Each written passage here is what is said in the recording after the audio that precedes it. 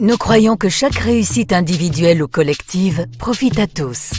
Nos villes, nos communautés, nos familles. Mais le succès est rarement atteint seul. Pour naviguer dans ce monde d'incertitude, il faut une banque d'un genre particulier pour vous accompagner dans la réalisation et la consolidation de vos entreprises ou pour vos besoins personnels. Avec 72 ans d'expertise bancaire, UBA est un partenaire solide et fiable qui met votre réussite au cœur de sa stratégie. Présente dans 20 pays africains, au Royaume-Uni et aux États-Unis, avec un bureau de représentation en France et à Dubaï, UBA est l'une des marques bancaires les plus fortes et les plus reconnues d'Afrique subsaharienne. UBA Côte d'Ivoire, filiale de United Bank for Africa, a démarré ses activités en 2008 avec pour objectif d'accompagner les entreprises, les institutions publiques et les clients particuliers en leur proposant des solutions adaptées à leurs besoins. En plus de nos agences bancaires réparties à Abidjan et en province, où nos conseillers s'engagent chaque jour à faire vivre une expérience réussie de la banque, UBA Côte d'Ivoire se positionne comme une banque pionnière du digital qui innove par sa créativité, en vue de permettre à ses clients d'effectuer leurs opérations plus aisément où qu'ils se trouvent. Pour nous, la mission de la banque, c'est aussi de travailler à l'amélioration socio-économique des communautés dans lesquelles nous opérons. C'est pourquoi nous participons à des projets à responsabilité sociale ayant un fort impact sur le développement des communautés et des populations en Côte d'Ivoire, avec un accent particulier sur les domaines de l'éducation, de l'environnement, de l'autonomisation financière. À UBA Côte d'Ivoire, nous nous engageons à vous offrir le meilleur.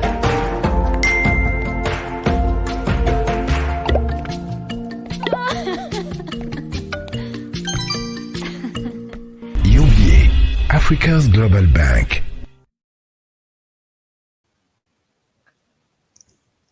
Bonjour à tous, bonjour chers clients et bonjour à vous qui n'êtes pas encore clients de notre prestigieuse institution UBA Côte d'Ivoire. Nous sommes à la 3e édition donc annuelle de notre rendez-vous business, donc les UBA Business Series. Et le thème qui nous réunit ce jour, c'est croissance et durabilité dans l'industrie minière. Comment UBA Côte d'Ivoire accompagne les acteurs? Vous l'aurez donc compris, UBA Côte d'Ivoire donc est une banque qui se positionne sur tous les secteurs d'activité pour encourager et pousser les acteurs à de plus grandes performances. Et ce jour, donc, nous allons vous présenter nos opportunités pour ceux du secteur minier. Entendez donc par secteur minier tous les acteurs, vraiment tous les acteurs, donc les sociétés minières, les sociétés logistiques, et les acteurs prestataires de services, toute la chaîne de valeur donc de l'industrie minière. Et pour ce faire aujourd'hui, celui qui aura le soin donc de nous conduire est Moussa Ouattara. Donc, Moussa Ouattara qui est Relationship Manager à ce qu'on appelle ici la corporate banking, donc la partie, on va dire, business, donc la partie le département de la banque qui s'occupe des clients entreprises. Je vais le présenter rapidement et puis je vais l'introduire pour qu'il puisse nous conduire donc dans cette édition des Business Series. Donc, comme je disais tantôt, Moussa Ouattara est Relationship Manager à la Corporate Banking au sein de UBA Côte d'Ivoire. Et ce qu'on peut dire de lui, c'est que c'est un professionnel averti de la finance et du management en milieu bancaire. Il a gravi les échelons avec une constance remarquable au long de ses 11 années d'expérience. Il est diplômé en ingénierie comptable et financière et il a complété récemment donc une formation, un Master of Science and Finance à EM Lyon Business School, l'une des écoles de commerce les plus prestigieuses en Europe. Et cette formation académique a été d'une contribution essentielle dans sa carrière de banquier. Son parcours professionnel donc commence en mai 2012 en tant que comptable assistant chez Celped. Donc, une première expérience qui lui permet de se familiariser avec les fondamentaux de la comptabilité et de la gestion financière. Et puis, en juillet 2013, il rejoint GT Bank Côte d'Ivoire en tant que trésorier où il commence à explorer des aspects plus complexes de la gestion des liquidités et des transactions financières. En septembre 2014, il est promu chargé d'affaires au sein de la même banque, donc un poste auquel il gère des portefeuilles de grandes entreprises. Et puis, travaillant et faisant montre donc de son efficacité, il est recruté à la BOA en septembre 2016 pour occuper un poste similaire. Donc, il y restera jusqu'en avril 2019. Et en mai 2019, donc, il part donc pour une nouvelle aventure à Banque Atlantique en tant que chargé d'affaires senior, grande entreprise. À ce poste, il gère toujours donc des portefeuilles de grande importance avec des stratégies financières sur mesure pour les grands comptes de la banque. Son aptitude à établir des relations de confiance avec ses clients et son expertise le distingue, ce qui lui vaut depuis février 2022, donc ce qui lui a valu, d'avoir rejoint donc depuis février 2022 le poste de Relationship Manager au sein de UBA Côte d'Ivoire. Donc, en tant que responsable des marchés grandes entreprises ici au sein de UBA Côte d'Ivoire, il supervise et développe les relations avec des clients corporate de différents domaines, notamment les mines. C'est donc à juste titre qu'il aura le soin de nous instruire sur le thème du jour, croissance et durabilité dans l'industrie minière, comment UBA Côte d'Ivoire accompagne les acteurs. Sans plus tarder, je vais introduire donc Moussa Ouattara pour qu'il puisse nous conduire dans ce live qui va durer 1 heure maximum. Donc, je vous prie donc de prêter grande attention et puis de noter en fait tous les points en fait qui constitueront des points de préoccupation pour vous. Vous pourrez les poser en commentaire là dans le live. Et juste après qu'il ait présenté donc ce qu'il a à nous dire aujourd'hui, Moussa prendra le soin donc de répondre à toutes vos questions. À tout de suite.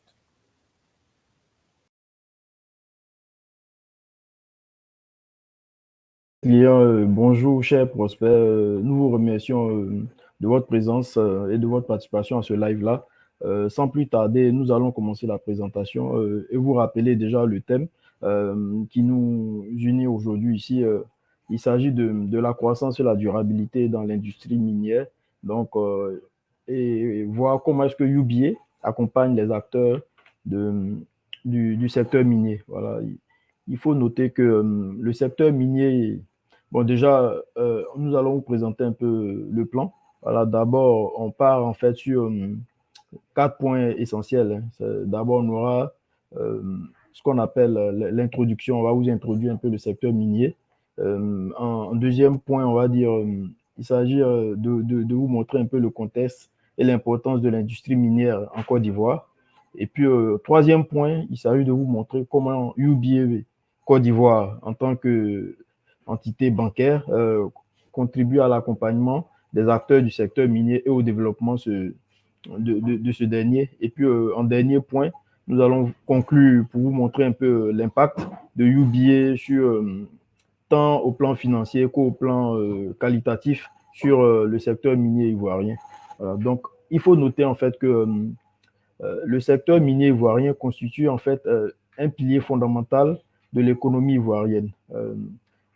Il faut noter également que depuis en 2013, en 2023, le secteur minier a contribué à hauteur de 4% au PIB, au produit intérieur brut de la Côte d'Ivoire. Donc, cela montre en fait qu'il est assez important, ce secteur-là. En Côte d'Ivoire, notre sous-sol il est assez riche en ressources minières, notamment nous avons l'or, on a la bauxite, le fer, plein de minéraux.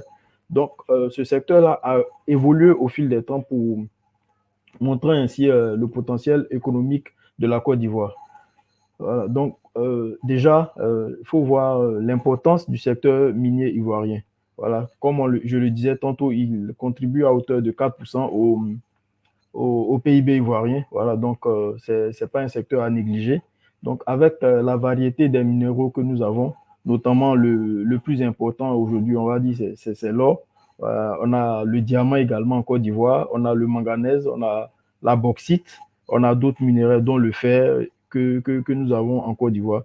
Donc, aujourd'hui, en fait, le pays, grâce à son sous-sol qui est relativement très riche, la Côte d'Ivoire a commencé à se positionner sur le marché des matières premières, des minéraux Voilà, donc avant, on disait l'économie de la Côte d'Ivoire était principalement basée sur l'agriculture, mais aujourd'hui, grâce au secteur minier, on peut dire qu'on est en train de diversifier globalement les sources de revenus de l'État ivoirien. Donc, globalement, il faut noter également que euh, depuis quelques années, les institutions, on va dire l'État de Côte d'Ivoire, ne ménage aucun effort pour, pour réglementer le secteur et attirer des investisseurs qui viennent de partout à travers le monde. Donc, il y a un cadre réglementaire qui a été mis en place. On a essayé d'assouplir un peu les conditions d'octroi de licences, de faire des réformes pour pouvoir rendre ce secteur-là très attractif, bénéficiant ainsi à l'État de Côte d'Ivoire, à la population et à nos différentes régions dans lesquelles nous avons de l'or. Voilà, également, il faut noter que aujourd'hui, le secteur minier contribue beaucoup au développement durable du pays, voilà, notamment avec des actions qui sont prises au niveau des régions et à la construction d'écoles. Il y a vraiment du développement durable et tout. Donc, on note que le secteur minier représente véritablement une opportunité stratégique de croissance économique pour le pays, car si nous exploitons judicieusement les minéraux, la Côte d'Ivoire peut non seulement renforcer sa position sur le marché mondial, mais également favoriser un développement socio-économique de ces régions qui, on va dire, pourront bénéficier de différents projets en termes de développement, construction d'écoles, construction d'hôpitaux et des centres d'éducation et tout. Donc, sans plus tarder, nous allons vous présenter un peu, on va dire, le contexte et l'importance du secteur minier, de l'industrie minière en Côte d'Ivoire. On a deux points principaux, la présentation de l'importance du secteur minier et également le deuxième point sera les défis auxquels le secteur minier ivoirien est confronté. Donc, concernant la présentation, nous allons vous présenter particulièrement 5 points sans véritablement rentrer dans tous les détails, mais on va aller plus rapidement. Par exemple, déjà le poids économique, comme je le disais en introduction, le secteur minier contribue aujourd'hui à hauteur de 4% au PIB ivoirien, montrant une contribution assez cruciale pour un pays dont l'économie était fortement axée sur l'agriculture depuis, on va dire, les années de l'indépendance.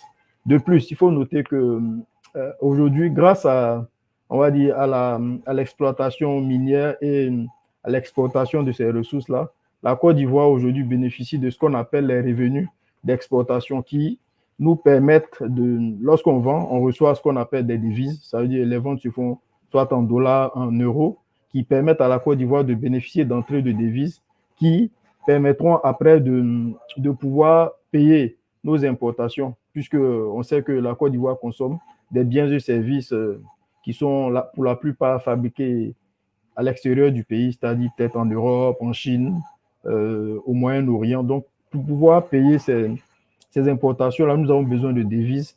Et si tu n'as pas de devises, tu ne peux pas faire d'importation. Donc, aujourd'hui, le secteur minier vient se positionner comme on va dire, une deuxième source de revenus d'exportation qui permettent à la Côte d'Ivoire de balancer un peu sa balance commerciale. Donc, voilà, montrer un peu l'importance du secteur minier. Et en troisième point, on va noter que grâce on va dire, à la floraison de mines, d'entreprises minières, aujourd'hui, on peut dire que la Côte d'Ivoire réussit à pouvoir challenger un peu l'emploi des jeunes, c'est-à-dire des emplois directs, des emplois indirects, vu qu'on a des entreprises minières là, lorsqu'elles viennent, la plupart, on va dire 80-90% des personnes qui travaillent dans ces entreprises-là sont des jeunes Ivoiriens, donc contribuant ici à la réduction du taux de chômage. Au-delà de ça, il faut noter aussi que les mines permettent à la Côte d'Ivoire aujourd'hui de développer ses infrastructures de transport, notamment vu qu'on a des zones qui étaient en griffe où il n'y avait pas d'infrastructure routière, il n'y avait pas de véhicules de transport et tout. Grâce à la découverte de minerais dans ces zones-là, aujourd'hui, l'État de Côte d'Ivoire, cela permet ou bien envoie l'État de Côte d'Ivoire à construire des routes, à permettre aux banques de financer des entreprises de transport. Donc, ça permet de développer ainsi on va dire, des infrastructures de transport. Voilà, donc, Au-delà de ça, la Côte d'Ivoire bénéficie ainsi en fait d'investissements publics et privés, puisqu'on sait que généralement l'État de Côte d'Ivoire, on va dire, actionnaire dans certaines entreprises minières, donc il investit autant que les entreprises privées dans ce secteur-là. Donc, on bénéficie ainsi d'investissements publics et privés. Au-delà de ça, il faut dire que les entreprises minières contribuent, comme je le disais, à payer des taxes et des royalties. Quand on parle de taxes, c'est notamment, on va dire, l'impôt sur les bénéfices, la TVA, la taxe sur les minéraux et également ce qu'on appelle les royalties, qui sont en fait, on va dire, des droits que ces entreprises-là payent à l'État de Côte d'Ivoire et également aux autorités coutumières pour pouvoir exploiter. Lorsqu'on leur donne des licences, ces licences-là, contre cette licence-là, il y a ce qu'on appelle les royalties que les entreprises minières la payent à l'État et aux communautés villageoises pour pouvoir exploiter en fait les mines qui sont implantées sur leur territoire. Donc, voilà un peu l'importance. Maintenant, quels sont les défis et enjeux de la durabilité du secteur minier, puisqu'on sait que l'exploitation minière a beaucoup de conséquences. Donc, comment est-ce qu'on peut pouvoir identifier ces défis-là qui sont de plusieurs ordres? On a d'abord un défi qu'on appelle l'impact environnemental. Vous êtes sans savoir que l'exploitation minière, ça se fait en fait sur la terre, ça se fait. Alors, pour pouvoir construire une mine, il y a plusieurs choses qui rentrent en ligne de compte. Souvent, il faut déplacer des villages, il faut creuser la terre, il faut détruire des forêts. Donc, l'impact environnemental n'est pas à minimiser dans le cadre de l'exploitation minière. Donc, on a la déforestation, on a la perturbation des habitations. Ça, c'est sur le volet déforestation et perte de la biodiversité. Et on a également la pollution des eaux. Parce qu'on sait que lorsque on exploite les mines, il y a l'utilisation de l'eau, il y a l'utilisation de produits chimiques. Et après, ces produits-là peuvent être déversés dans les cours d'eau et perturber ainsi, on va dire, l'écosystème aquatique, perturber la vie des poissons que nous consommons et tout. Donc, c'est des choses qui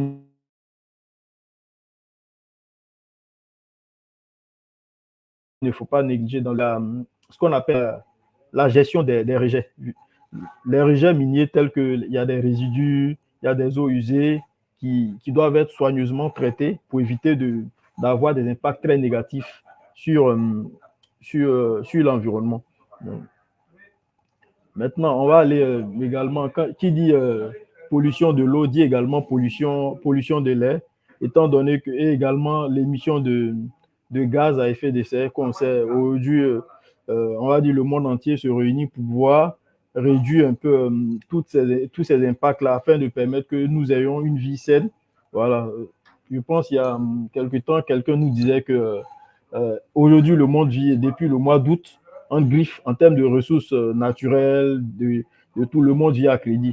Ce qui veut dire que toutes les ressources qu'on devait consommer pour l'année, là, on les a déjà consommées à août. Ça veut dire qu'en griffe, on vit à crédit sur l'année 2024. Ça veut dire qu'on a déjà commencé à consommer les ressources naturelles en fait des années à venir.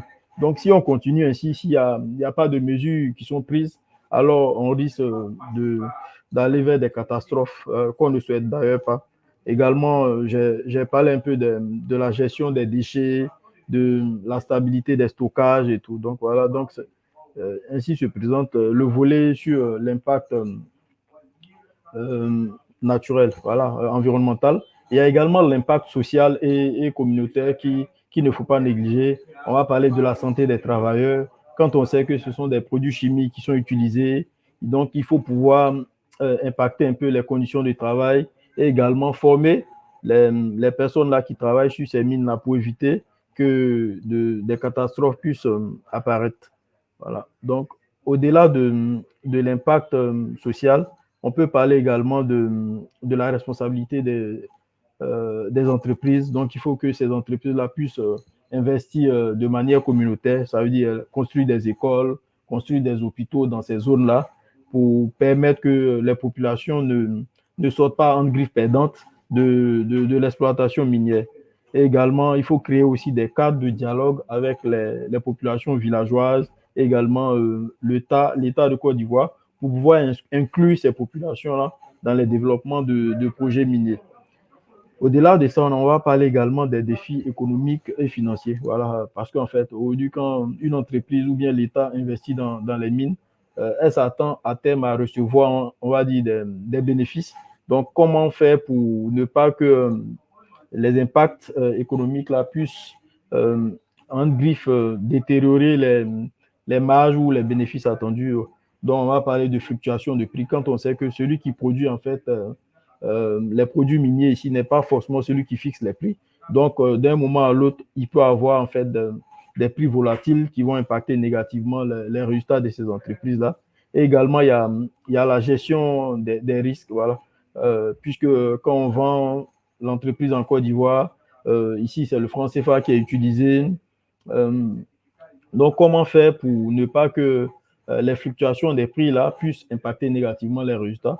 C'est là qu'intervient la gestion des risques à travers ce qu'on appelle le hedging, qui permet de se couvrir en griffe contre les risques de marché, sur les marchés de change et tout. Voilà. Donc, au-delà de ça, il faut aussi investir dans ce qu'on appelle la durabilité.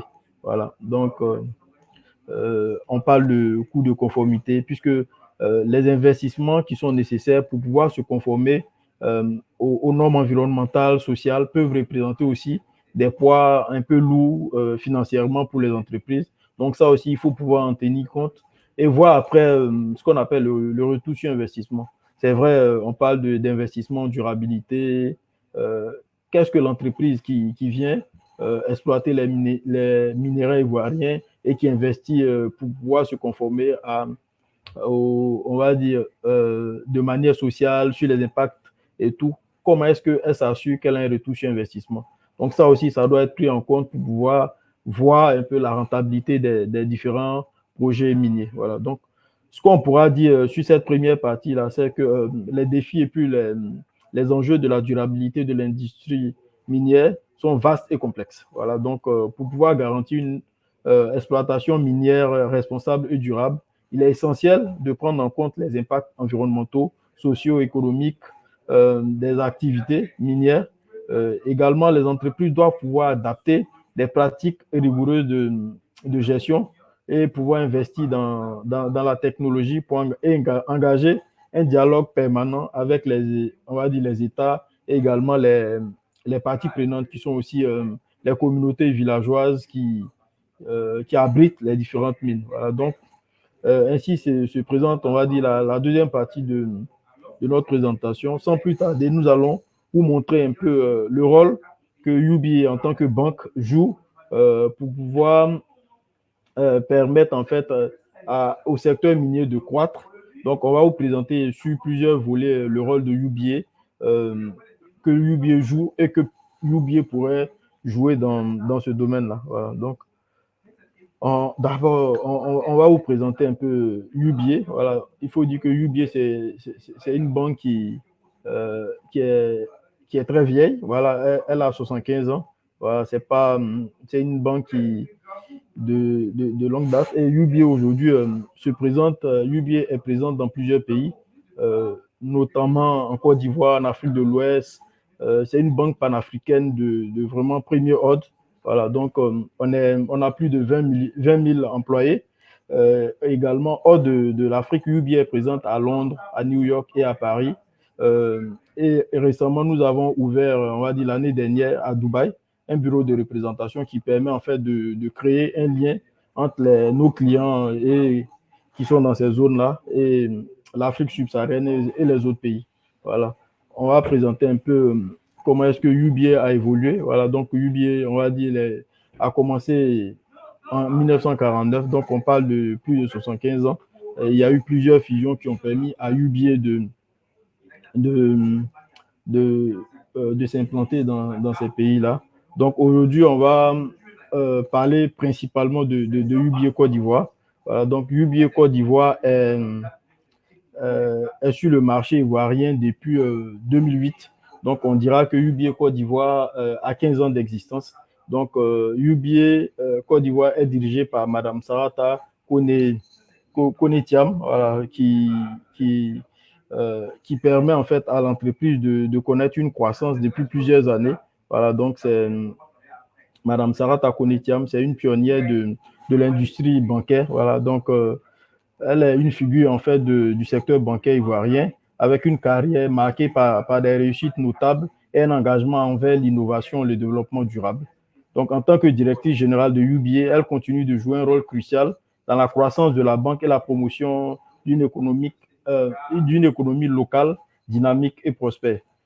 En plus de la direction générale, UBA Côte d'Ivoire a un organigramme où on a les directions, on va dire les directions commerciales, et également ce qu'on appelle les directions support. Donc, parmi les directions commerciales, nous avons la direction dans laquelle je suis moi-même, c'est la direction de la clientèle entreprise. Voilà, on a la direction de la clientèle grande entreprise qui s'occupe des entreprises d'une certaine taille, voilà, donc avec un chiffre d'affaires relativement assez élevé. Donc, c'est toutes les entreprises, les grosses entreprises que vous connaissez, voilà, qui sont les cibles de cette direction-là. Nous avons la direction commerciale des PME qui est là. On a la direction qui s'occupe en griffe, on va dire, des petites et moyennes entreprises, voilà, d'une certaine taille, on va dire les grosses PME. Et au-delà, nous avons la direction qu'on appelle la banque de détail, qui est la banque de réseau. Donc, cette direction-là s'occupe plus précisément de ce qu'on appelle les clients particuliers comme moi, comme vous, et également des très petites, ce qu'on appelle les TPE, les très petites entreprises. Voilà, on a la direction qu'on appelle le public sector. Voilà, ça c'est la banque institutionnelle qui s'occupe des entreprises institutionnelles, on va dire les assurances, les fonds d'investissement, les sociétés financières et également du secteur étatique. Au-delà de ça, nous avons les directions support, dont la direction financière, la direction des risques, la direction des ressources humaines, on a la direction du crédit, on a la direction marketing, donc et également ce qu'on appelle la direction des opérations, qui traite toutes les opérations que vous, en tant que client, nous transmettez, des ordres de virement, des ordres de transfert, des paiements chèques. C'est la direction des opérations qui s'occupe justement de ces opérations-là. Donc, on vous a succinctement présenté UBA Côte d'Ivoire. Nous allons partir maintenant montrer un peu l'accompagnement que UBA fait pour les acteurs du secteur minier. Je pense que c'est la partie qui vous intéresse le plus. Donc, vous voulez comprendre un peu comment est-ce que nous, en tant que banque, on peut vous accompagner, vous, les entreprises qui êtes en griffe dans le secteur minier. Donc, aujourd'hui, il faut dire que l'implication de UBA dans l'économie ivoirienne est significative et dans le secteur minier en particulier, étant donné que nous allons vous proposer un peu en détail ici la contribution de UBA au soutien et au développement de l'industrie minière. Voilà. Donc, cette partie-là va se subdiviser, on va dire, en cinq sous-parties. D'abord, vous présenter les solutions et les financements bancaires. On va vous présenter également nos services de gestion financière. Et également, on va vous dire un peu les conditions pour pouvoir bénéficier des financements de UBA Côte d'Ivoire. Et au-delà de ça, nous allons vous dire comment est-ce que UBA fait la promotion de la durabilité et aussi son engagement communautaire. Voilà, donc, ce sont les 5 points que nous allons en griffe vous présenter. Voilà. Donc, concernant les solutions de financement et de solutions bancaires, il faut dire que nous finançons d'abord, on va dire, les projets miniers. Quand on sait qu'aujourd'hui, on peut dire que l'industrie minière part d'abord de ce qu'on appelle l'exploration. On a l'exploration, on a l'exploitation et également on va dire, les services des entreprises prestataires autour des entreprises minières. Donc, comment est-ce qu'on finance les projets miniers? Aujourd'hui, on propose aux entreprises minières qui ont des projets, on va dire, des financements à long terme. Quand je dis long terme, on parle des financements au-delà de 5 ans, vu que cela permet en fait de financer les projets importants qui vont souvent de l'exploitation, au développement des infrastructures et également l'acquisition d'équipements miniers, puisque vous êtes sans savoir que les entreprises minières ont des investissements très, très lourd parce que déjà, les machines même utilisées sur les mines, elles coûtent assez cher. Donc, pour pouvoir prendre en charge ce genre d'investissement, il faut des financements longs qui permettent à l'entreprise de pouvoir faire une rentabilité en tenant compte du fait des amortissements. Parce que si tu dois le faire sur une période assez courte, cela impactera directement la rentabilité de l'entreprise. Au-delà de ça, nous avons ce qu'on appelle des crédits d'exploitation. Les crédits d'exploitation sont des crédits à court terme qui sont donnés généralement sur une période peut-être allant jusqu'à 1 an, peut-être 2 ans, qui permettent à l'entreprise de gérer ce qu'on appelle le day-to-day. Ça veut dire que ses besoins journaliers, ça peut être des découvertes, ça peut être des lignes d'escompte, ça peut être des lignes d'avance, des crédits de trésorerie. Et également, on propose aussi des crédits documentaires, les lettres de crédit, qui permettraient à nos entreprises partenaires ou aux clientes de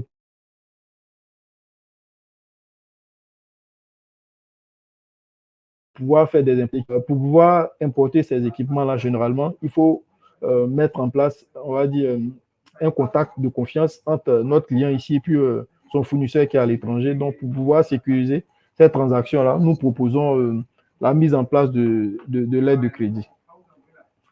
Au-delà des entreprises minières elles-mêmes que nous finançons, nous finançons également les entreprises prestataires.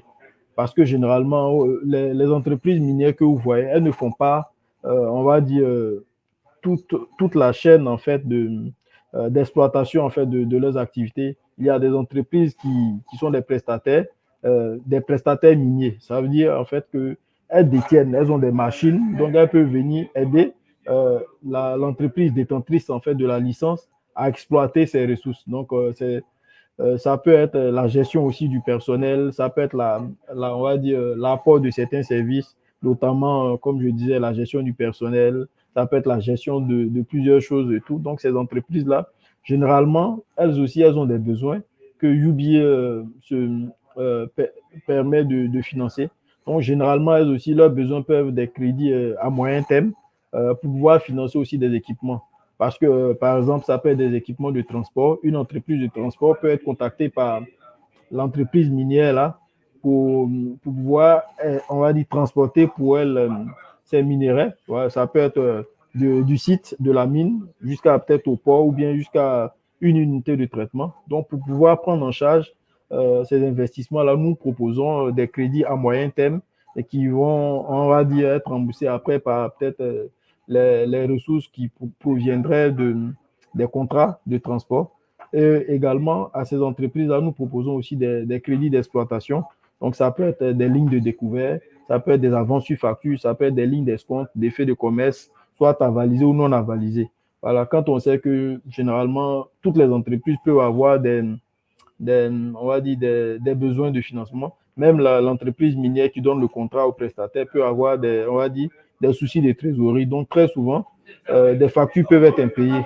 Donc, nous, comment est-ce que nous rentrons en jeu? On peut permettre de financer leurs factures puisqu'elles peuvent nous dire qu'on a des factures tant de tel montant que nous doit tel minier. Est-ce qu'il y a une possibilité? Oui, nous avons la possibilité de financer la facture. Nous avons également la possibilité d'escompter les effets de commerce que les entreprises minières là, donnent à leurs prestataires. On peut aussi, en fonction de l'activité, mettre en place des lignes de découverte. Donc, ainsi un peu se présentent les types de financement sans être exhaustif. Hein. Généralement, nous proposons les financements en fonction de l'activité. Donc, ce qu'on a dit là n'est pas véritablement exhaustif parce qu'il y a plusieurs manières de structurer les choses. Donc, ce qui va nous emmener au prochain point du financement qui est la structuration des financements. Voilà. Donc, en fonction de l'activité que vous faites, on peut structurer les financements pour vous faire des financements, ce qu'on appelle des financements structurés en fonction de l'activité. Et également, on fait aussi ce qu'on appelle des syndications. Quand on sait que les entreprises minières, du moins, ont des besoins assez lourds. Donc, une entreprise minière peut avoir un besoin de financement de 100 milliards, de 150 milliards. Et aujourd'hui, en Côte d'Ivoire, une seule banque ne peut pas à elle seule porter ce genre de financement. Donc, cela nous emmène à aller vers la syndication des prêts. La syndication, c'est le fait pour des banques de se mettre ensemble pour pouvoir lever de l'argent et financer un seul client. Je pense récemment, sans citer de nom, nous avons fait une syndication pour une entreprise dans le domaine minier qui avait un besoin de 100 milliards et quelques. Donc, 5 banques se sont mises ensemble pour pouvoir faire ce financement-là. Donc, c'est dans ce cas-là qu'intervient ce qu'on appelle la syndication. Donc, on se met ensemble, on fait le financement et pour permettre à l'entreprise de pouvoir financer ses besoins. Donc, au-delà de ça, on a les services de gestion financière, notamment la gestion des risques, proposer des produits de couverture, puisqu'on avait parlé plus haut du risque de change, puisque la devise dans laquelle notre client y vend son minerai n'est pas la même devise que nous utilisons en Côte d'Ivoire. Donc, pour pouvoir parer les changements de prix, les évolutions négatives, UBA peut proposer des solutions de couverture pour pouvoir permettre à l'entreprise de stabiliser le prix, quelles que soient les fluctuations qu'on peut avoir. Et également, nous conseillons nos entreprises dans l'analyse de leurs risques, voilà, puisque nous sommes des financiers, donc nous proposons des conseils quand nous analysons les états financiers ou bien les prévisions d'une entreprise. Si nous voyons certains risques, nous pouvons être en griffe, on va dire, des conseillers pour ces entreprises-là dans la gestion de leurs risques et également dans la gestion en fait, des différentes opérations. Voilà, donc on aide aussi à l'analyse, à la planification financière, à l'analyse de la rentabilité, vu que lorsqu'un projet nous est soumis, avant de le financer, nous faisons ce qu'on appelle l'analyse de la rentabilité également, prenant en compte plusieurs risques qu'on peut identifier. Donc, voilà, donc quand on analyse, si le projet n'est pas forcément rentable, on peut faire un retour au client, étant ici comme des conseillers pour le client. Voilà, donc, globalement, on essaie de situer un peu le rôle que peut jouer UBA en tant que banque au financement en fait, du secteur. Mais ces différents points que nous avons cités ne sont pas exhaustifs. Donc, si vous avez des besoins particuliers, vous pouvez nous approcher et en fonction de votre besoin et de l'activité que vous faites dans le domaine, on peut voir ensemble pour pouvoir structurer quelque chose pour vous, puisque nos produits ne sont pas forcément formatés. On a une panoplie de produits, on a une panoplie de solutions. Donc, il ne faut pas s'en tenir qu'à ce qui est présenté là. Vous pouvez nous approcher, on va ensemble vous aider à structurer votre besoin et vous mettre en place des produits ou bien des mécanismes qui permettraient de pouvoir gérer efficacement, on va dire, le financement que vous souhaitez. Maintenant, on va, sans être exhaustif, vous présenter un peu de manière succincte, hein, voilà, c'est les conditions pour pouvoir bénéficier des financements à UBA Côte d'Ivoire. Ces conditions-là, elles ne sont pas exhaustives. Et puis, on va dire, c'est pas parce qu'en fait, une entreprise respecte les conditions que nous avons énumérées là, qu'elle peut directement avoir un financement. Les financements se font à travers un canal qui passe par, on va dire, par des niveaux de décision. Voilà, donc les conditions pour bénéficier de financement à UBA, d'abord, il faut être une entreprise qui est régulièrement constituée. Il faut avoir un compte bancaire avec UBA. Également, l'entreprise doit pouvoir avoir des antécédents vérifiables ou bien ayant des contrats d'exploitation ou de prestation, par exemple. Voilà, quand on parle d'antécédents vérifiables, l'entreprise peut nous dire, moi, j'existe depuis 3 ans, j'ai travaillé avec telle banque. Voilà, donc, par exemple, nous transmettre ces relevés-là auprès de ces banques-là pour attester effectivement que la prestation pour laquelle elle demande un financement est effective, elle a déjà été réalisée. Ça peut être aussi ce qu'on appelle des certificats, ça peut être des bons d'exécution, ça peut être qui sont donnés par attestation de ce qu'on appelle dans le jargon ABE, des attestations de bonne exécution, par exemple, peut-être qui seraient données par une entreprise minière, attestant ainsi que l'entreprise a exécuté pour elle une prestation qui a été acceptée, qui a été validée. Voilà, ça peut être par exemple des antécédents qu'on appelle antécédents vérifiables. Aussi, il faut qu'on puisse avoir un rapport de crédit satisfaisant provenant de ce qu'on appelle le bureau d'information sur le crédit.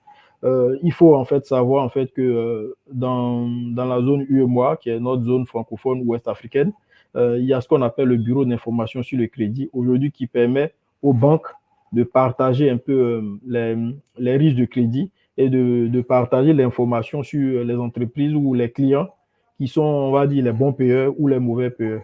Donc aujourd'hui, si une entreprise se permet en fait de drainer des impayés un peu sur le marché, il faut qu'elle sache que tout est tracé. Donc, quand elle a des impayés chez X Bank, qu'elle vient chez UBA, UBA peut vérifier pour voir si elle est crédible ou pas. Donc, tout ça, aujourd'hui, on a ce qu'on appelle le bureau d'information sur le crédit qui nous met à disposition les statistiques sur les particuliers et les entreprises. Voilà. Également, il faut que, en tant qu'entreprise, vous puissiez présenter des états financiers. Généralement, nous demandons 3 années d'état financier. Mais si une entreprise est nouvellement constituée, elle n'a que peut-être 1 an ou 2 ans, on ne va pas lui demander de nous fournir quand même 3 ans, mais on veut quand même voir un peu que il y a une comptabilité qui est tenue, qui permet de pouvoir avoir une information financière claire. Voilà. Donc, en plus de cela, on avait dit tantôt que UBA s'engage dans la promotion de la durabilité et elle a également un engagement communautaire.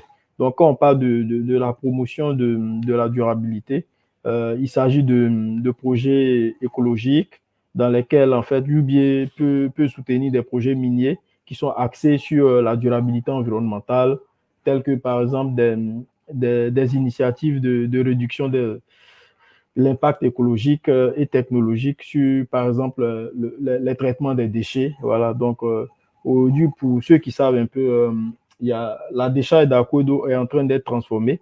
Voilà, donc on parle de projet écologique, mais ce projet-là de transformation-là n'a pas été financé que par le secteur privé. Les banques ont contribué. Il y a plusieurs banques qui se sont également mises ensemble pour pouvoir financer ce projet-là de transformation. Donc, quand on parle de soutien au projet écologique, c'est ce genre de projet-là dans lesquels UBA peut valablement soutenir ce genre de financement.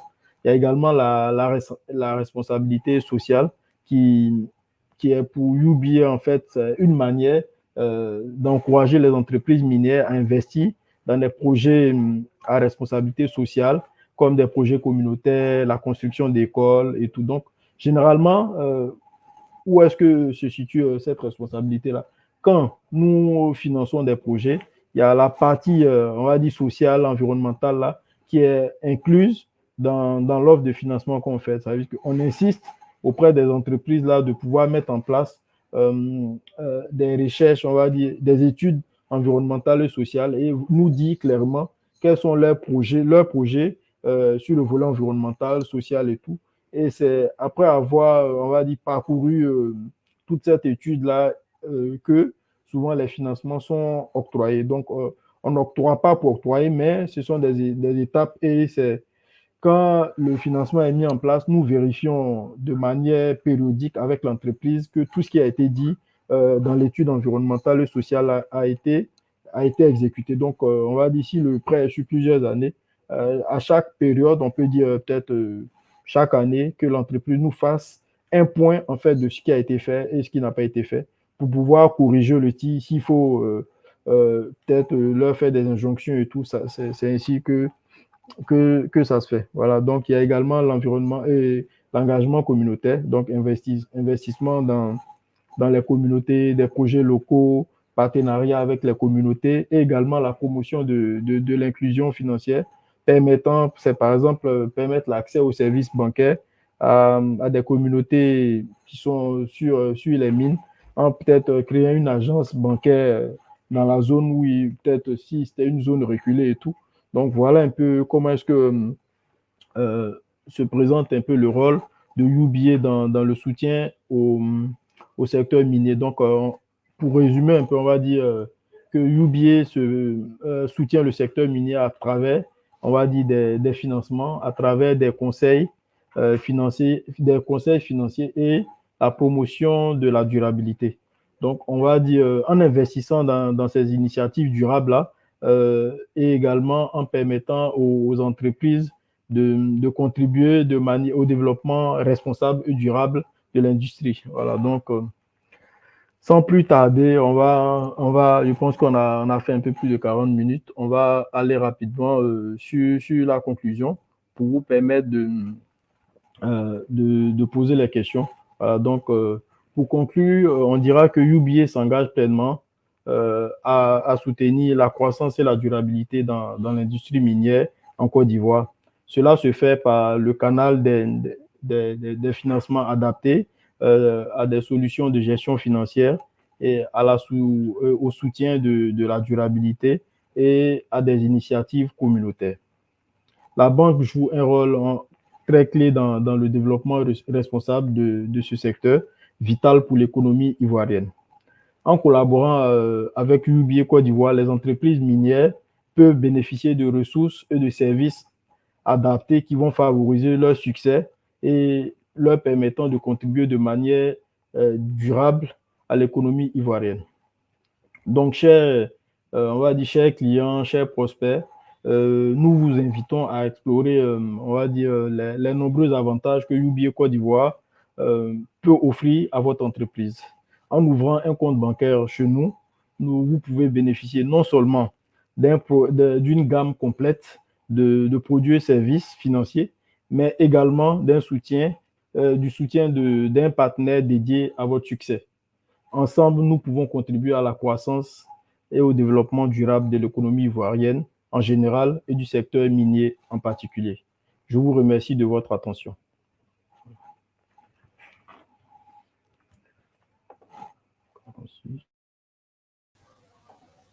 Alors, merci à vous, chers clients, et donc d'avoir suivi avec grande attention donc cet exposé de Moussa Ouattara.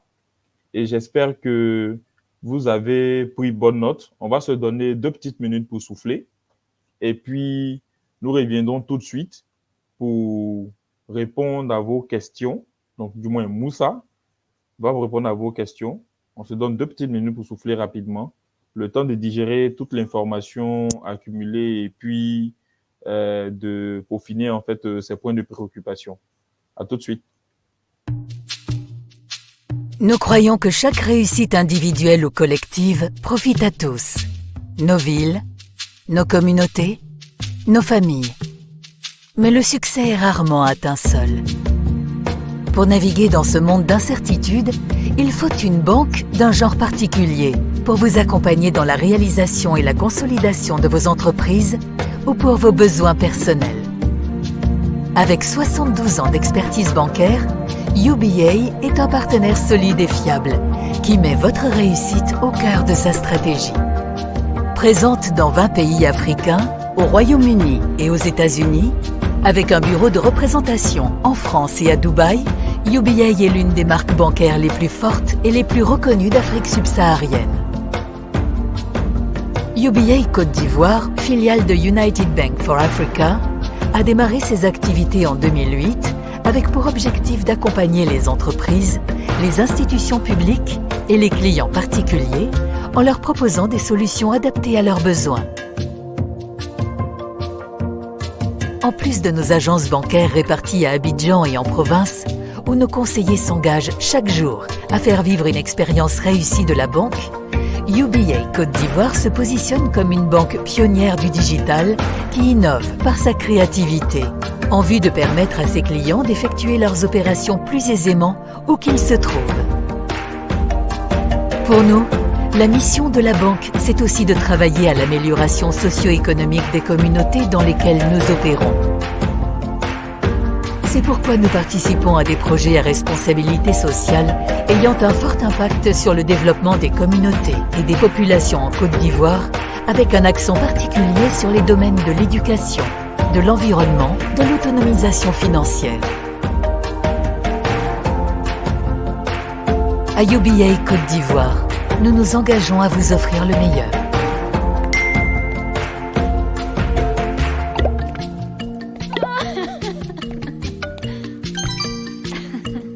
UBA, Africa's Global Bank. Alors, nous sommes de retour, comme promis. Et donc, là, nous allons passer à la phase des questions et réponses. Donc, on va explorer, en fait, les questions que vous avez posées là dans le chat. Et puis, Moussa répondra succinctement. Alors, j'ouvre ton micro et puis on va attaquer la première question. La première question, elle est de Michel Zoko. Michel Zoko veut savoir est-ce qu'on peut créer un compte entreprise avec un découvert à la création. Ok. Merci bien, monsieur Zoko, pour votre question. Créer non, à UBA pour une entreprise, à l'ouverture, on ne peut pas vous mettre là directement un découvert. Non, non, c'est pas comme ça qu'on procède pour les entreprises. Mais juste que vous pouvez faire votre demande. Voilà, ça y est, vous pouvez faire la demande et puis bon, on étudie la demande, on vous fait une notification et au moment où vous voulez ouvrir le compte, peut-être on peut vous notifier le crédit de sorte qu'au moment où vous ouvrez le compte, on puisse mettre en même temps le découvert en place. Mais il faut juste savoir que les demandes de crédit en fait passent par des étapes, par des niveaux de décision. Voilà, donc euh, avant d'ouvrir votre compte, oui, vous pouvez faire votre demande. On étudie la demande, on vous fait une notification claire et vous ouvrez le compte. Et là, on peut procéder à la mise en place. Mais c'est pas forcément le jour de la création du compte que le découvert vous sera mis en place. Ça peut peut-être prendre un jour, 2 jours et 3. Voilà, donc c'est un peu ça. Merci bien. D'accord. Donc, toujours Michel Zoko, il veut savoir dans quelle mesure bénéficier des facilités de paiement étrangers pour une entreprise dans la vente du matériel électrique et connectique. Euh, dans quelle mesure bénéficier des facilités de paiement étrangers pour une entreprise dans la vente de matériel électrique? Oh, des facilités de paiement étranger. Bon, ce qu'on peut dire, c'est que déjà, dans le cadre du commerce étranger, voilà, avec des entreprises étrangères, on peut vous permettre en fait d'avoir ce qu'on appelle des lignes de crédit. Voilà, vous pouvez avoir des lignes de crédit, vous pouvez avoir ce qu'on appelle une ligne d'escompte documentaire. Mais si vous devez en fait traiter avec des entreprises étrangères, la ligne d'escompte documentaire, c'est quoi en fait? Vous avez exporté votre matériel, votre marchandise, vous êtes en attente de paiement. Donc, ce qu'on fait, c'est que vous allez nous donner une certaine documentation qu'on appelle les documents. Voilà. Donc, c'est tous les documents afférents en fait à l'exportation que vous avez faite, notamment le BL, la facture, tous les documents que vous envoyez à votre client étranger là pour payer. Donc, ça, avec ces documents-là, nous pouvons faire ce qu'on appelle l'escompte documentaire. Donc, cela vous permet de pouvoir bénéficier de l'argent maintenant en attendant que votre client étranger puisse faire le paiement. Voilà. Donc, c'est par exemple ce genre de produit-là qu'on peut vous proposer dans le cadre de, de ce genre de financement. Voilà. C'est un peu ce on peut vous proposer là. Voilà. Merci bien.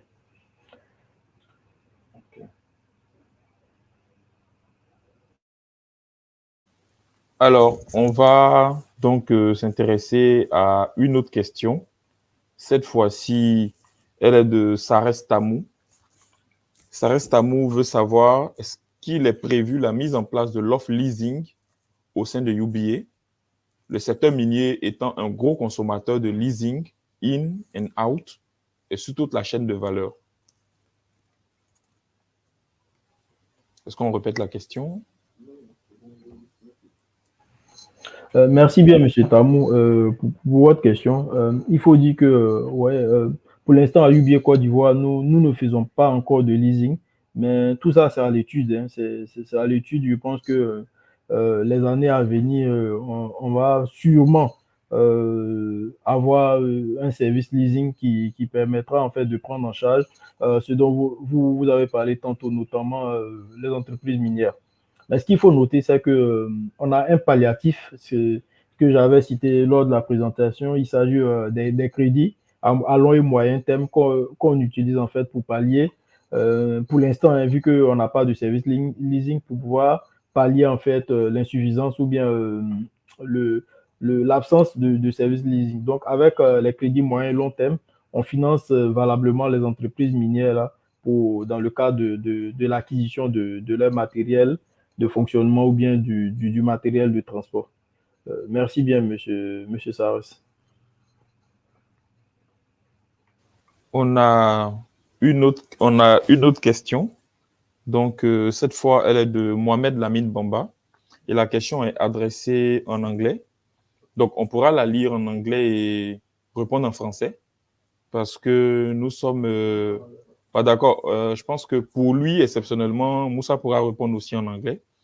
Donc, la question, c'est « How does the bank assess and mitigate environment, social and governance risk associated with mining investments ?»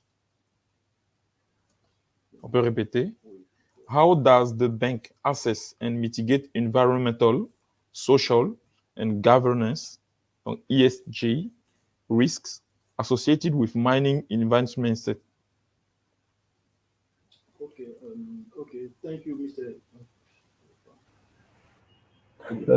Thank you, Mr. Bamba, for your question. I will try to respond in English. As you know, you are Francophone people, but we try to speak English a little bit. So your question is how does the bank assess and mitigate environmental, social, and governance (ESG) risk associated with the mining? Okay.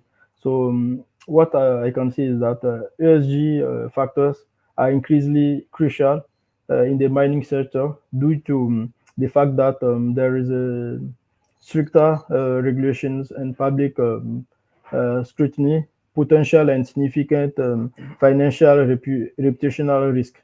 Also, the growing investors' demand for sustainable practices. Also, and to understand the bank's approach to ESG, we judge the bank's risk management capabilities. Also, we assess the likelihood of the project delays also and the cancellation due to the ESG issues also. And what we can say is that we try to align with investment with sustainable practices, as I said in my presentation, and also trying to potentially lead to a better long-term returns, which was also explained in the financial issues linked to the ESG. So I hope I've been able to answer well your question. Thank you, Mr. Bamba.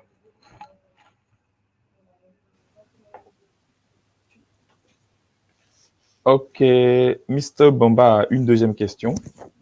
What are the bank's projections for commodity price trends, and how do these influence lending decisions for different types of mining projects?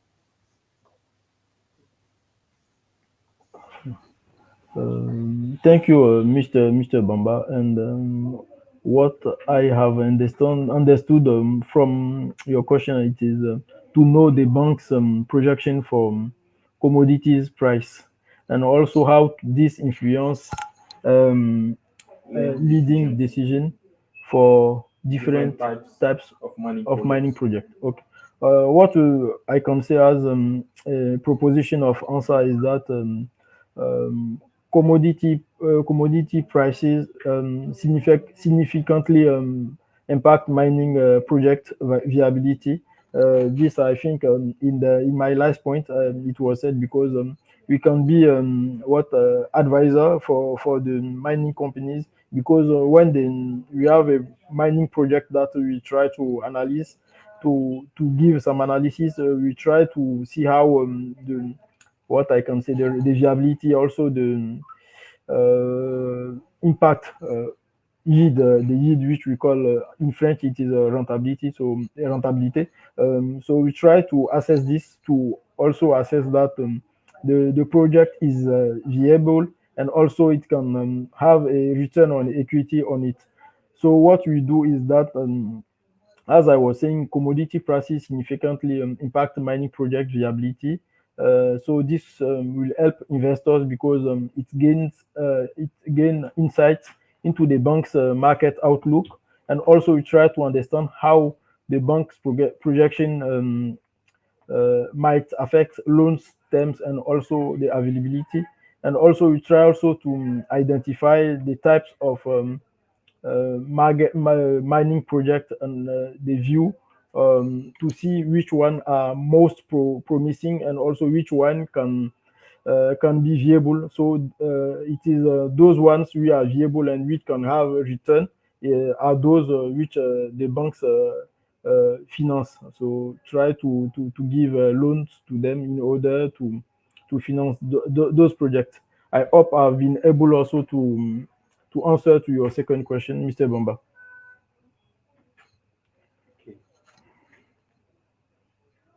Alors, on a une question de Sonia Dagra. Bon, je pense que la question a déjà été posée, mais en anglais par Mohamed Lamine. Donc, on va la poser encore puisque c'est une question en français.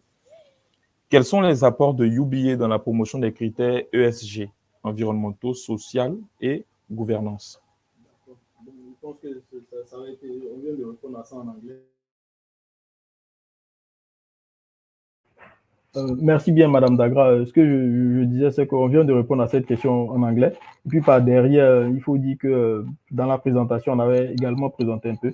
Ce qu'on dit, c'est que les projets miniers que UBA finance, on s'assure en fait qu'il y a des études qui sont faites par les entreprises minières là, dans les différents domaines ESG qu'on a cités là. Et donc, il y a un cahier des charges qui est transmis en même temps que la demande de financement. Donc, ce qu'on fait, c'est que UBA, on va dire de manière périodique, on peut dire peut-être chaque 6 mois ou bien chaque année, on voit avec l'entreprise, en fait, si elle a respecté son cahier de charges.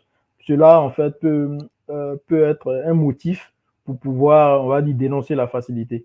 Donc, ça veut dire que si l'entreprise qui a promis en griffe construire une école ou bien promis peut-être faire du reboisement quelque part ou bien promis construire des hôpitaux ne le fait pas, oui, cela peut être en fait un griffe, on va dire un cas de défaut qui permettra en fait à la banque de réclamer le paiement, par exemple, de toute la facilité. Donc, c'est quelque chose qui est suivi. Donc, avant même de rentrer dans le financement d'un projet minier, on essaie de tout faire pour pouvoir avoir, en fait, on inclut en fait le volet ESG dans le financement et de manière périodique, des rapports sont demandés aux entreprises là pour s'assurer que tout est bien suivi à la lettre.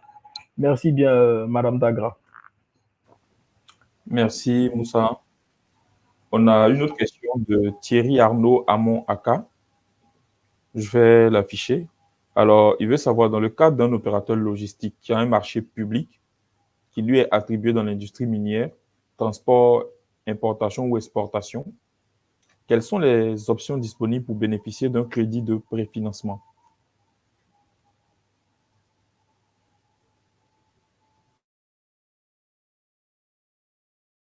Je vais relire un peu la question de M. Armand Aka. Donc, la question, c'est de savoir, dans le cadre d'un opérateur logistique et un marché public qui lui est attribué dans l'industrie minière, transport, importation, export, quelles sont les options disponibles pour bénéficier d'un crédit de financement, de préfinancement?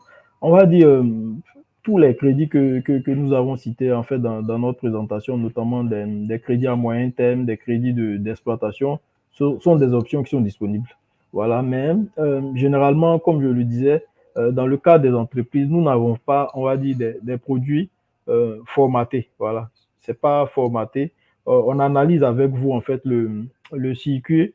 On va analyser votre contrat avec vous. On analyse le contrat pour savoir comment est-ce que les paiements vont se faire, pour pouvoir structurer avec vous. Parce qu'en fait, pour pouvoir vous donner des délais de paiement, pour pouvoir vous donner un nombre d'années, il faut qu'on sache, par exemple, la durée du contrat. Il faut qu'on sache, par exemple, l'entreprise pour qui vous faites la prestation. Il faut qu'on sache quelles sont les périodicités en termes de paiement. Voilà, donc ce sont on va dire, les caractéristiques là, ces caractéristiques-là qui nous permettent de structurer pour vous un financement.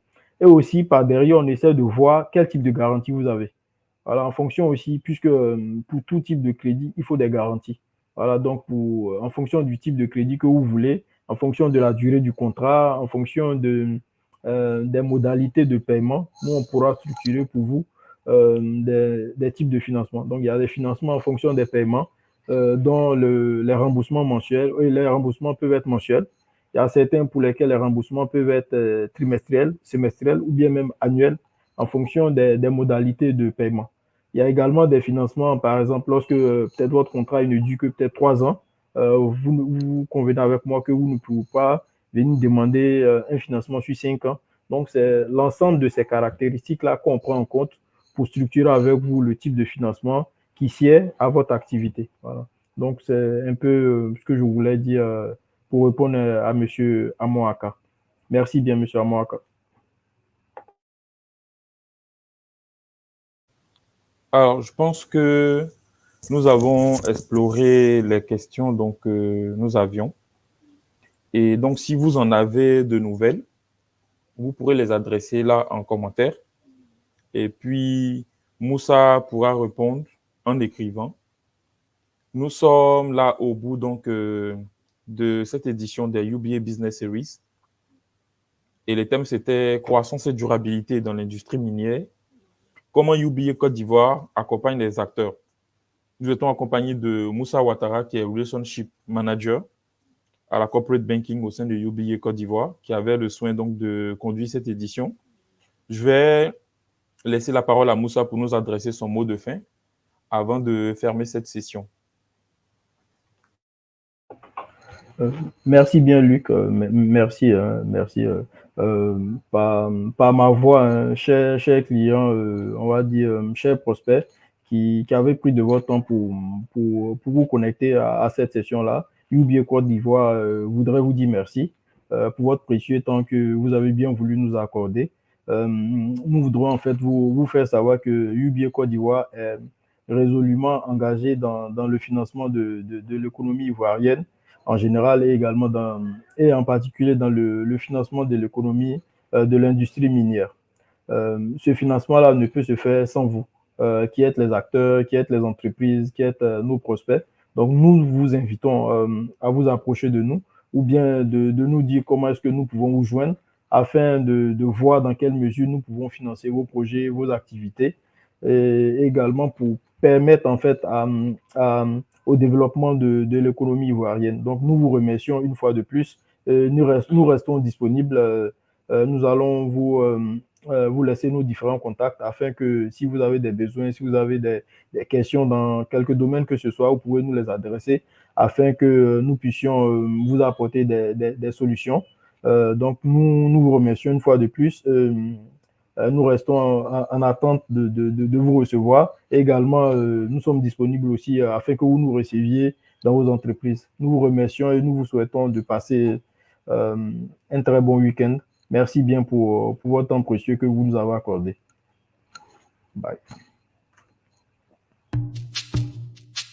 Nous croyons que chaque réussite individuelle ou collective profite à tous. Nos villes, nos communautés, nos familles.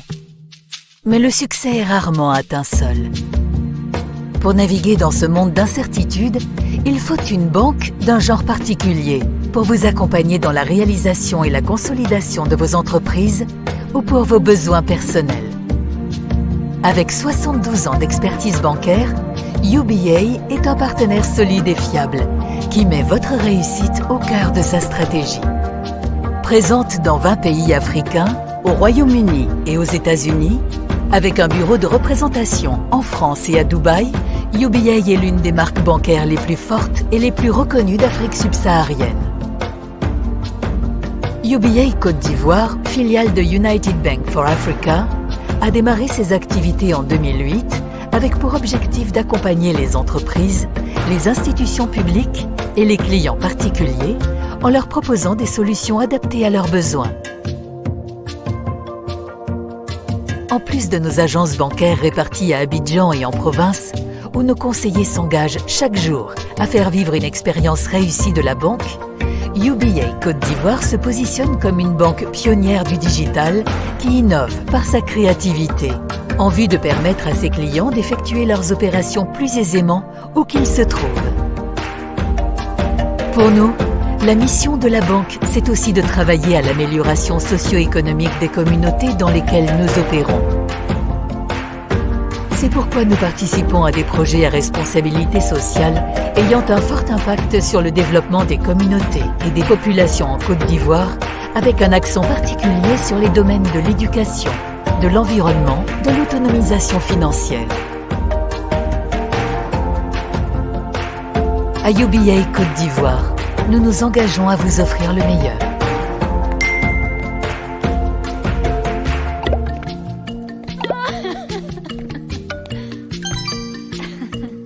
UBA, Africa's Global Bank.